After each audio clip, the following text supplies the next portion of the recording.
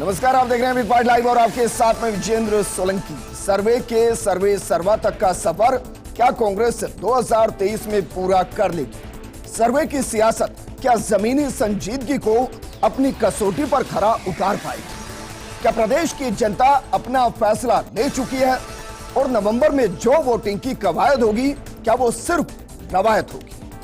क्योंकि कांग्रेस कह रही है कि सर्वे करा लिया गया है, हम भी सर्वे सर्वा हैं, बहुमत हमारे ही पास है और सत्ता वापसी की राह पूरे तरीके से तैयार है।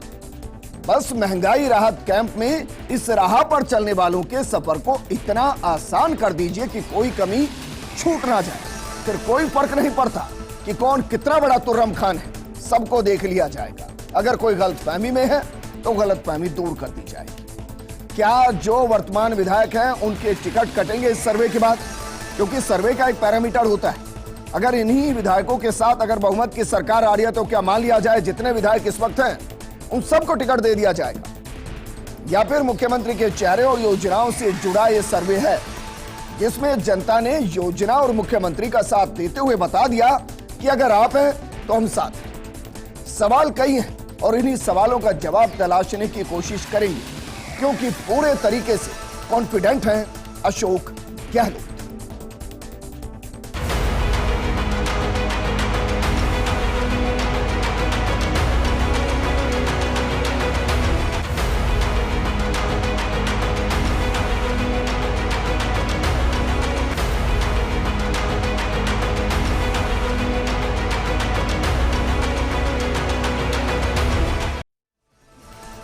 कमाल की बात यह है कि मुख्यमंत्री अशोक गहलोत भी कॉन्फिडेंट है और दूसरी तरफ बीजेपी के कहती है कि भाई हमने भी सर्वे करा लिया है और स्कॉर्पियो जितने भी विधायक नहीं आएंगे वो भी कॉन्फिडेंट है। लेकिन ये तो जनता को तय करना है कि किसके कॉन्फिडेंस के साथ जाना है। इस मुद्दे पर बातचीत के लिए हमारे साथ मौजूद हैं कांग्रेस नेता स्वर्णिम चतुर्वेदी जी, बीजेपी नेता शैलेंद्र गुर्जर जी और राजनीतिक विश्लेषक मिथिलेश जैमिनी जी। स्वर्णिम जी, शुरुआत आपके साथ करना चाहेंगे, जरा बताइए इस सर्वे के बारे में और बताइए जरा कि सर्वे में सर्वे सर्वा किसको माना गया है और किस तरीके से सर्वे किया गया है। देखिए विजेंद्र जी, ये तो आज मुख्यमंत्री जी ने बताया था, क्योंकि लगातार हमारे कई सर्वे चल रहे हैं। हम तो खुद जनता के बीच हैं। पिछले काफ़ी समय से 2 महीने का तो हमारा अभियान भी ऐसा था कि हमारा एक एक कार्यकर्ता जनता के बीच था। सर्वे से लेकर के जो भी हमारे को सर्विस देनी थी जनता को, वो उस काम में हम लगे हुए थे। और सबसे बड़ी बात यह है कि क्यों ना सर्वे सर्वा बने कांग्रेस पार्टी, ये बताइए कोई ऐसा कारण है? ईआरसीपी पे धोखा देने वाली पार्टी जो राष्ट्रीय परियोजना के नाम पर धोखा दिया, वोट लिया, क्या वो पार्टी हमको हरा सकती है? क्या वो पार्टी हरा सकती है जो किसानों की तो आय दुगनी नहीं कर पाई, लेकिन यहाँ कांग्रेस पार्टी ने राजस्थान प्रदेश को जीडीपी के मामले में दुगने हमने दूसरे स्थान पर हम लिया है। ये स्थिति है। दूसरी चीज़ ये है कि जो फाइनेंशियल मैनेजमेंट करते हुए हम जनता को लगातार राहत दे रहे हैं, चाहे 100 यूनिट बिजली घरेलू उपभोक्ताओं को, 2000 यूनिट किसान को फ्री दे रहे हैं, 76 लाख परिवारों को जो उज्ज्वला योजना के जो भारतीय जनता पार्टी की बहुप्रचारित योजना थी, उन परिवारों को अगर 500 रुपये में सिलेंडर दे रहे हैं, और ये सब करने में केंद्र सरकार अगर विफल है, महंगाई रोकने में विफल है, बेरोजगारी रोकने में विफल है, तो निश्चित रूप से सर्वे सर्वा हम ही होंगे। हम यहाँ पे जीते हुए हैं। चलिए, तो फिर मुझे ये बताइए कि 1 to 1 संवाद इसलिए किया जा रहा है कि सबको ये बता दिया जाए कि कोई घबराने की जरूरत नहीं है, किसी का टिकट नहीं कट रहा है, हमने सर्वे करवा लिया, आप सब विधायक बनकर वापस आ रहे हैं, इसका मतलब ये निकालो? देखिए, मतलब आप क्या निकालें ये तो एक अलग चीज़ है, लेकिन ये कवायद होती है। जब चुनाव में जाते हैं, रण में उतरते हैं, तो उसके सारे जी, मैं तो आपकी बात को बिल्कुल बहुमत आ रहा है और सर्वे में बहुमत है, तो मैं मानकर चल रहा हूं ना कि ये विधायक तो जीत ही रहे हैं, और जहां आप हार गए थे वहां भी आप जीत रहे हैं। यही तो मतलब निकालू ना मैं इसका। देखिए, बिल्कुल सर्वे में हम ये मान के चल रहे हैं कि 156 से अधिक विधायक हमारे जीत के आएंगे। तो जरा फिर ये बताइए रंधावा जी, जो ये कहते हैं कि कोई गलतफहमी में ना रहे कि वो तुर्रम खान है, गलतफहमी दूर कर दी जाएगी, ये इशारा किस तरफ?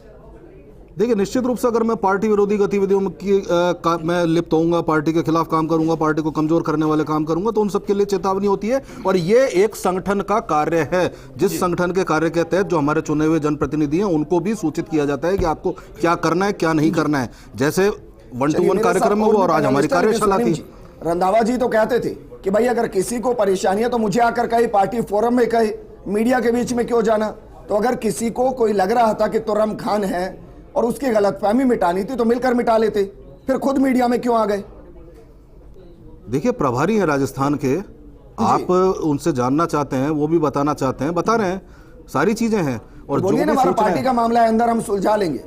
देखिए पार्टी के मामले में क्या निर्णय होना है, किस तरह से लिया जाना है, ये भी बताना प्रभारी का काम होता है, वो बता रहे हैं। मिथिलेश जामिनी जी, भाई सर्वे करा लिया गया, इसमें कोई दो राय नहीं कि योजनाएं बहुत बेहतरीन है और जनता तक पहुंच रही होंगी, लेकिन इस सर्वे के मायने भी तो होते हैं। अगर सर्वे ये हुआ हो कि योजनाओं के दम पर बताइए, मुख्यमंत्री के चेहरे के साथ बताइए, तो स्थिति एक अलग होती है। विधायकों के हिसाब से अगर आप सर्वे करेंगे तो स्थिति अलग रहेगी। और अगर इतना ही सर्वे के अंदर मानकर चले कि भाई बहुमत है, तो फिर ये क्यों कहा जा रहा है कि जिसके अंदर तुर्रम खान कोई खुद को सोच रहा है तो उसकी गलतफहमी निकाल दी जाएगी? देखिए विजेंद्र जी, सर्वे जो होता है एक स्टैटिस्टिक्स साइंस है और उसमें मीन, मॉड, मीडियन जो बहुलक उनके आधार पर निकाला जाता है, किस क्वेश्चन ईयर होता है, तो तमाम चीज़ें की होगी। और जिस तरीके से अशोक गहलोत कह रहे हैं कि मुझे सर्वे में बहुमत मिला है, एक निजी चैनल ने भी कहा कि राजस्थान में लोगों की 41% लोगों की सीएम के रूप में अशोक गहलोत की पसंदगी है। और 113 सीटें, 156 वाला नहीं, 113 सीटों का आंकड़ा इनके सर्वे में आया है कि 113 सीटें हम आ रहे हैं। लेकिन जो असली चीज जो रंधावा जी ने कहा कि कोई भी तुर्रम खा हो, उसमें उन्होंने आज साफ कर दिया है कि जाओ तो भीड़ कम, रहो तो वेलकम। इस कंसेप्ट पर वो कांग्रेस काम करेगी, आज ये तो साफ हो चुका है। नहीं, लेकिन मिथिलेश जी, मैं इसलिए आपको रोक रहा हूं क्योंकि वो तो बहुत बार कह चुके हैं, ना जाने क्या क्या कह चुके हैं, हुआ तो कुछ नहीं। उन्होंने तो 4 दिन पहले भी ये कहा था कि 2 दिन में रिजल्ट दूंगा, कार्रवाई करके दिखाऊंगा। देखिए अब जो बात छन छन की आ रही, वो ये आ रही है कि जो कर्नाटक चुनाव है, तब तक आपको जिस तरीके से पंजाब में सिद्धू जी को इग्नोर किया, वैसे आप इग्नोर कीजिए और जो कुछ कर रहे हैं उनको आप वाच रखिए और हमें रिपोर्ट दे दीजिए। तो वो अब रिपोर्ट ही दे रहे हैं। वो चाहे राजेंद्र गुड़ा जी ने जो कहा कि छठी का दूध याद दिला दूंगा, उसका जवाब दिया, या सचिन पायलट जी ने कहा कि धुआं निकाल दूंगा, तो धुआं का भी जवाब दिया गया। तो ये कहीं न कहीं अब जो रास्ता है वो अलग सा होता नजर आ रहा है। कांग्रेस का जो धुआं है, अंधेरा है, वो छटता हुआ नजर आ रहा है। और अशोक गहलोत को जो उम्मीद है, वो एक बरसों पुराना एक कंसेप्ट लेके आए। जब किसी जमाने में गांव में बारात जाती थी तो जनवासे में सारे गांव वाले इकट्ठे होते थे और वो कहते थे कि किसी बाराती के चेहरे पर सिकन नहीं आनी चाहिए, नहीं गांव की इज्जत खराब हो जाएगी।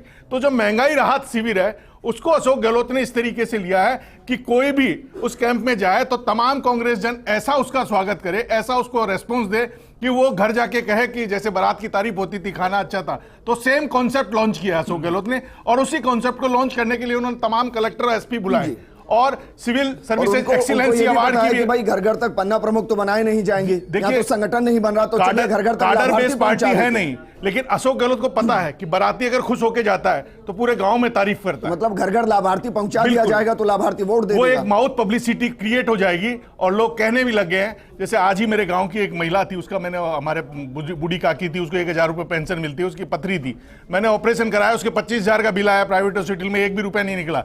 तो काकी ने मेरे से कहा कि भाई 25,000 रुपया तो न देना पड़े, मैं थारा छोरा चीता न को नहीं देना पड़े, ये मुख्यमंत्री चिरंजीवी में जमा होगी कि भाई उन्हें घणो घणो आसी। तो कुछ योजनाओं ने निश्चित रूप से लोगों को फायदा पहुंचा है। हम गांव के आदमी, हम जानते हैं गांव में क्या पीड़ा होती है। तो ये निश्चित रूप से 1000 रुपए पेंशन, मुख्यमंत्री चिरंजीवी। और अब अगर ब्यूरोक्रेट ईमानदारी से कर लेते, जो 2 दिन 19 और 20 को इकट्ठा किया है, अगर ईमानदारी से नवीन पटनायक वाला कंसेप्ट ले आते हैं, उड़ीसा वाला, कि हर ब्यूरोक्रेट जिम्मेदारी से 180 दिन ईमानदारी निभाए, तो हो सकता है खाका बदल दे, 181 है ना, उस कंसेप्ट को लागू कर दे तो हो सकता है। लेकिन एक तरफ जो बीजेपी है, उनका देख लीजिए कि बीजेपी में किसी नेता को आला कमान ने आज योग्य नहीं माना। कर्नाटक के जो स्टार प्रचारकों की सूची आई है, उसमें राजस्थान का एक भी नेता नहीं है जो कर्नाटक में जाके वोट मांग सके। क्या बेंगलोर में राजस्थानी नहीं है? तो ये राजस्थान के बीजेपी नेताओं को भी सोचना पड़ेगा। और मुझे लगता है बीजेपी आला कमान पूरी तरह सचिन पायलट पर ही निर्भर है।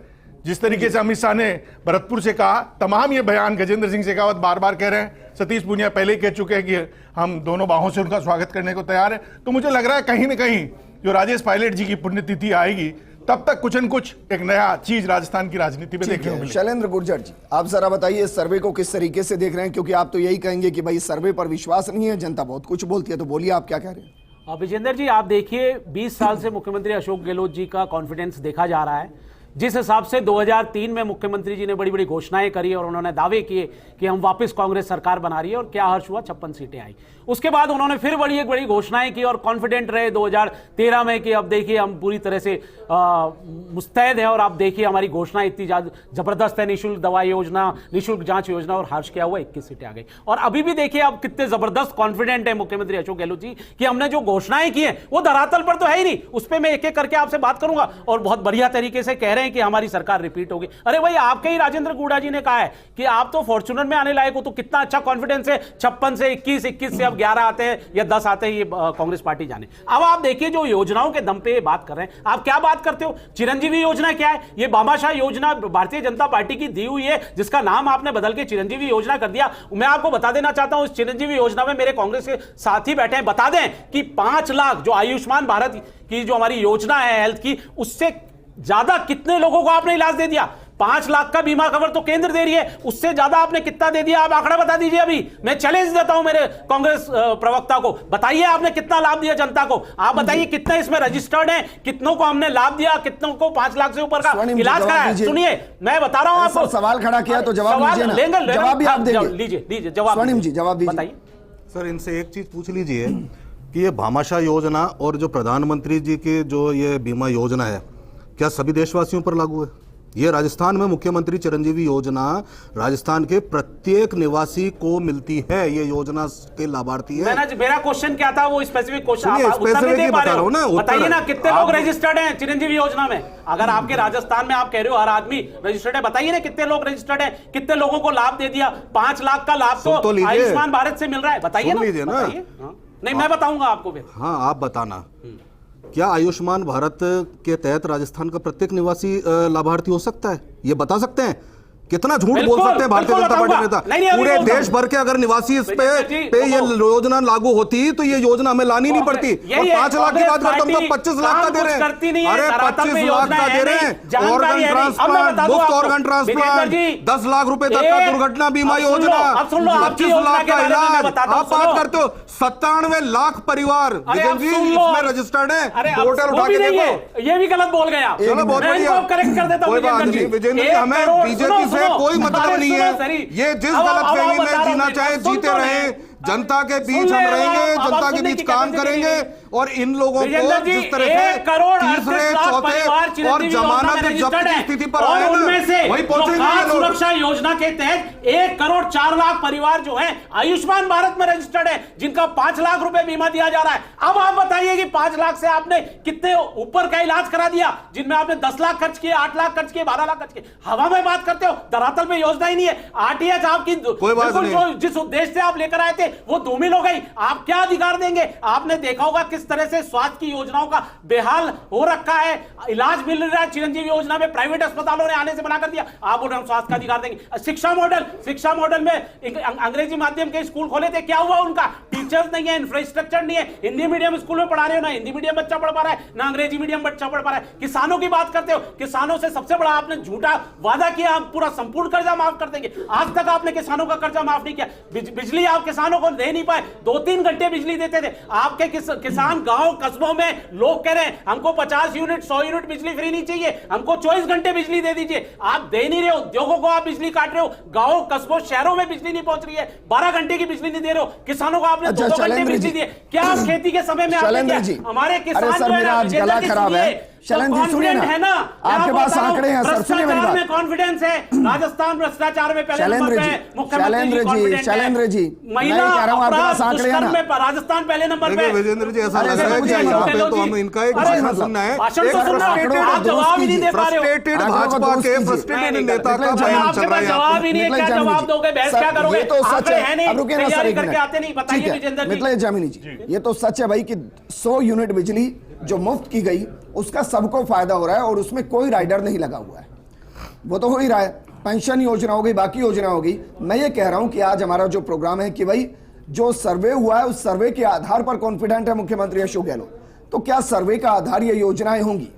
देखिए, जिस तरीके से स्कीम्स हैं, जिन्हें स्कीम्स को आप याद कर लीजिए, जब मुख्यमंत्री निःशुल्क दवा योजना चालू की थी, जब गुजरात के सीएम थे नरेंद्र मोदी, तो उन्होंने भी उसकी तारीफ की थी। तो इनका जो काम है, स्कीम्स है, जो विजन है, वो तो नेचुरल बेस्ट है, लेकिन अब उसका एग्जीक्यूशन पुअर है, उसकी मॉनिटरिंग पुअर है। शायद उसी को फुल प्रूफ करने के लिए ये जो सिविल सर्विसेज एक्सीलेंस अवार्ड और ये सारा कर रहे हैं। और आप देखिए पहली बार अशोक गहलोत ने जो इनकी स्कीम्स का जो प्रचार का वीडियो बनाया है, जो आईएएस के ग्रुप में डाला गया है, उसमें अशोक गहलोत के साथ इधर तो बैठे हैं कुलदीप राका और इधर बैठे हुए अखिल अरोड़ा जो फाइनेंस सेक्रेटरी है। इसके अलावा लोकेश शर्मा ओएसडी, तीन ही दिखाई दे रहे हैं। हालांकि गोविंद डोटासरा जी ने उस पर आपत्ति भी जताई कि ये तीनों को चुनाव नहीं लड़ना, इनका चेहरा दिखाया जा रहा है। लेकिन कहीं ना कहीं अशोक गहलोत की थीम है कि जो ब्यूरोक्रेट्स है वो अगर खुश रहेंगे, यही कमान संभाल लेंगे, तो हो सकता है कि नवीन पटनायक मॉडल राजस्थान में लागू हो जाए। जिस तरीके से उड़ीसा में नवीन पटनायक केवल ब्यूरोक्रेट्स और केवल अधिकारियों के दम पर सरकार वापस लाते हैं,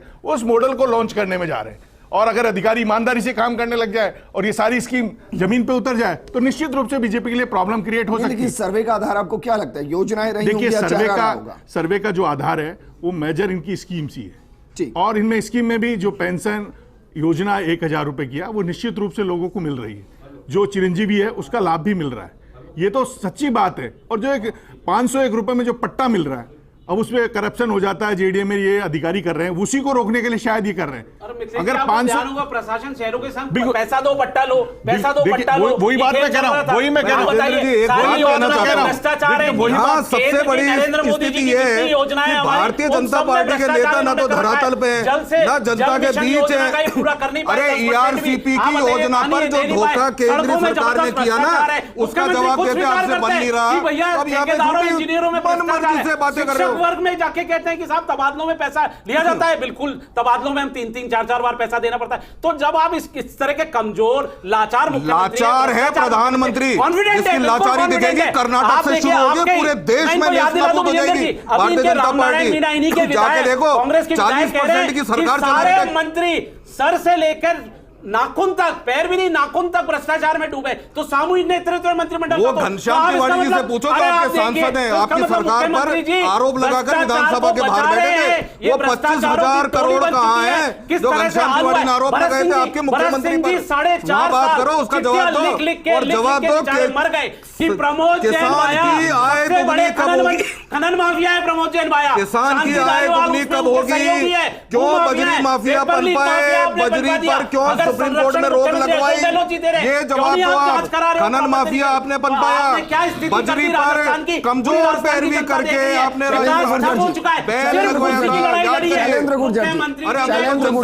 लड़ी है। जनता ने आपको जो है, ठीक है शैलेंद्र गुर्जर। लेकिन स्वर्णिम, ये तो बात सच है भाई, आपके ही नेता, आपके ही विधायक, आपके ही मंत्रियों पर खुले आरोप लगाते हैं और कोई कार्रवाई नहीं होती, उनका कोई जवाब भी नहीं देते हैं।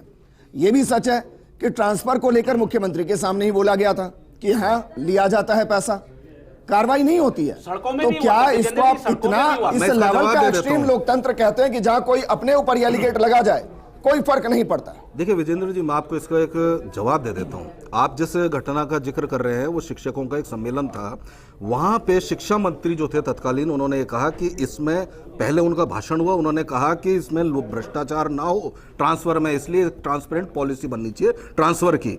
और इस चीज पे समर्थन मांगा मुख्यमंत्री जी ने, ये कहकर के क्या भ्रष्टाचार होता है, तो उन्होंने समर्थन दिया। रामनारायण मीणा जी तो निकल कर गए थे, क्या क्या नहीं कह के गए? देखिए रामनारायण मीणा जी क्या कह गए, वरिष्ठतम नेताओं में से क्या सर आपके? देखिए हमारे वरिष्ठतम नेता अगर कह रहे हैं तो हमें जो कार्रवाई करनी होगी वो हम करेंगे निश्चित रूप से, इसीलिए चल रहा है 1-to-1 कार्यक्रम। लेकिन मैं आपको एक बात बता देना चाहता हूं, भारतीय जनता पार्टी जो अब ऐसी परिस्थिति में आ गई जहां 20,000 से जीती थी विधानसभा चुनाव में, जमानत जब्त करा करके बैठी है, जा ही नहीं रहा। वो परिस्थितियां क्यों डेवलप हुई? जयपुर की घटना क्या हुआ? रामप्रसाद मीणा ने क्यों आत्महत्या की? देखिए जांच चल रही है ना, जांच चल रही है। और भारतीय जनता पार्टी से तो मैं एक चीज पूछना चाहता हूं कि जितने वादे राजस्थान से प्रधानमि नरेंद्र मोदी ने किए ARCP से लेकर के किसानों की आय दोगुनी करने तक, वो नहीं हुए। राजस्थान में कांग्रेस मजबूत स्थिति में है, भारतीय जनता पार्टी के तमाम नेता जनता को बरगलाने के लिए घूमते हैं, झूठे तथ्य लेकर के घूमते हैं। और सबसे बड़ी बात यह है कि ऐसी झूठी बातें लेकर के जनता के बीच आते हैं। अरे खुद भी बनाई योजना, DPR आपने बनाई, प्रधानमंत्री ने उस पर हाँ करी और आज कह रहे हो कि वो गलत है। अरे खुद की गलती मानते हैं क्या? पूरी जनता को विजेंद्र जी ये पता है कि कांग्रेस सरकार जनता के कल्याण की योजना बनाती है और बीजेपी बंद करती है। अतार्किक बहस मत करिए स्वर्णिम जी। अरे आप बताइए, कोई राष्ट्रीय परियोजना घोषित होती है, उसके क्या मानदंड है बता दें? क्या मानदंड है राष्ट्रीय परियोजना घोषित होती है? बताएं आप, बताएं ना आप। आप आपस में पूछ लीजिएगा सर। प्रधानमंत्री सर मेरा प्रोग्राम नहीं लगे आज, राष्ट्रीय छोड़ दीजिए। परियोजना घोषित हुई है, तो प्रधानमंत्री जी ने क्या वादा किया था? हमने कहा 25 सांसदों के वोट दिए। हमने कहा सकारात्मक रूप से देखेंगे, आप रिपोर्ट को ठीक करके भेजो। 25 सांसद चले गए और अब बोल रहे हो जुमला है। एक और सुन लीजिए, अरे जाके देखो 13 जिलों में घुसने नहीं देंगे लोग गाँवों में। भाई जिस तरीके के आरोप कांग्रेस के ही नेता कांग्रेस के ही मंत्रियों पर लगा रहे हैं और जिस तरीके की घटनाएं घटी हैं, क्या वाकई में इनका जवाब जनता नहीं चाहती? देखिए, निश्चित रूप से इन सारी घटनाओं का जवाब चाहती है, चाहे महेंद्र चौधरी के भाई का मामला हो, चाहे झोरीलाल मीणा के बेटे का मामला हो, चाहे महेश जोशी का मामला हो। ये तमाम चीजें राजस्थान की जनता के दिमाग में हैं। साथ ही ये भी मुद्दे हैं कि 13 जिलों में आप ट्रांसफर नहीं करोगे तो कपड़े फाड़ देंगे। ये चुनावी साल में डोटासरा जी ने कहा है, अगर चुनाव उस बर्रे में मधुमक्खी के छाते में हाथ दे दिया तो आप चुनाव हार जाएंगे, क्योंकि 5 के ट्रांसफर होंगे, 5 के नहीं होंगे, वो उनके खिलाफ प्रचार करेंगे। ये बीजेपी ने खोला था 2018 में, क्या ले लिया बीजेपी? चुनाव हार गई। तो कई चीजें कांग्रेस को सोच समझकर काम करना पड़ेगा, इसलिए अशोक गहलोत उस मुद्दे पर मौन हो गए। दूसरा एक अहम मुद्दा है कि पीएचडी में कई लोगों का प्रमोशन हो गया, एडिशनल चीफ इंजीनियर बन गए, 30 एक्शन बन गए। मेरी कल एक इंजीनियर से बात हुई, वो कह रहा भाई साहब हमको प्रभारी नहीं सौंपा जा रहा, तो हमारी भी बद्दुआएं लग रही है। तो जिन लोगों का डीपीसी हो गई, प्रमोशन हो गए, उनको नहीं दिया जा रहा। तो कहीं न कहीं अब जो 180 दिन बचे हैं वो लिटमस टेस्ट है सरकार का। लेकिन मिथिलेश जी भाई, ये तो मैसेज जनता के बीच में जा चुका है, कांग्रेस के कार्यकर्ताओं के बीच में जा चुका है कि कोई सामूहिक नेतृत्व में चुनाव नहीं लड़ा जा रहा है, एक चेहरे के साथ चुनाव लड़ा जा रहा है। इसमें तो कोई कंफ्यूजन नहीं है। बिल्कुल, जिस तरीके से कल जो आदिवासी विधायक है, चाहे नागराज मीणा हो, चाहे रामलाल मीणा हो, चाहे रमलिया खड़िया हो, उन्होंने साफ कहा कि अगली बार गहलोत सरकार, और कहीं न कहीं इसी परसेप्शन को क्रिएट करने जा रहे हैं, इसी परसेप्शन को और इसी नैरेटिव को सेट करने के लिए तमाम कवायद चल रही है। कोशिश है कि मुख्यमंत्री अशोक गहलोत के चेहरे को लार्जर देन कांग्रेस बना दिया जाए राजस्थान में, कि फिर ये फर्क ही ना पड़े कि नीचे विधायक कौन प्रत्याशी है। जिस तरीके से बीजेपी में नरेंद्र मोदी का चेहरा है, बीजेपी से ऊपर माना जाता, वैसे ही अब राजस्थान में अशोक गहलोत के चेहरे को ये तमाम कवायदें चल रही है कि कांग्रेस से ऊपर बना दिया जाए। लोग अशोक गहलोत को वोट दे, कांग्रेस को नहीं दे। इसलिए जो कांग्रेस की खामियां हैं, जो बीजेपी बार बार 60 साल की बातें करती है, 70 साल की, वो जिस तरीके से शैलेंद्र जी भ्रष्टाचार के आरोप लगा रहे तमाम मंत्रियों पे, वो उन सबसे बचने की, देखिए उन सबसे राहुल गांधी, उन सबसे बचने का एक कवच, एक सुरक्षा कवच अशोक गहलोत का नाम बनाया गया है। भाजपा कितना काम भाजपा आरोप भाजपा लगाएगी, संसद में बोलने नहीं देगी, लोकतंत्र की हत्या पे हत्या किया जा रहे हो। अरे जाकर के देखो, डेमोक्रेसी खत्म कर दी, डेमोक्रेसी होती है संसद में बोलना। आपका भी शुक्रिया चर्चा में शामिल होने के लिए। जब कोई अच्छा काम करता है तो आत्मविश्वास आता है, लेकिन वो अच्छा काम उन तक पहुंचना भी चाहिए जिनके लिए वो अच्छा काम किया गया। अगर कांग्रेस सरकार इसमें सफल है तो फिर मुख्यमंत्री पूरे तरीके से कॉन्फिडेंट होने चाहिए कि जो काम किया वो जनता तक पहुंचा और बदले में वोट आएगा। नमस्कार।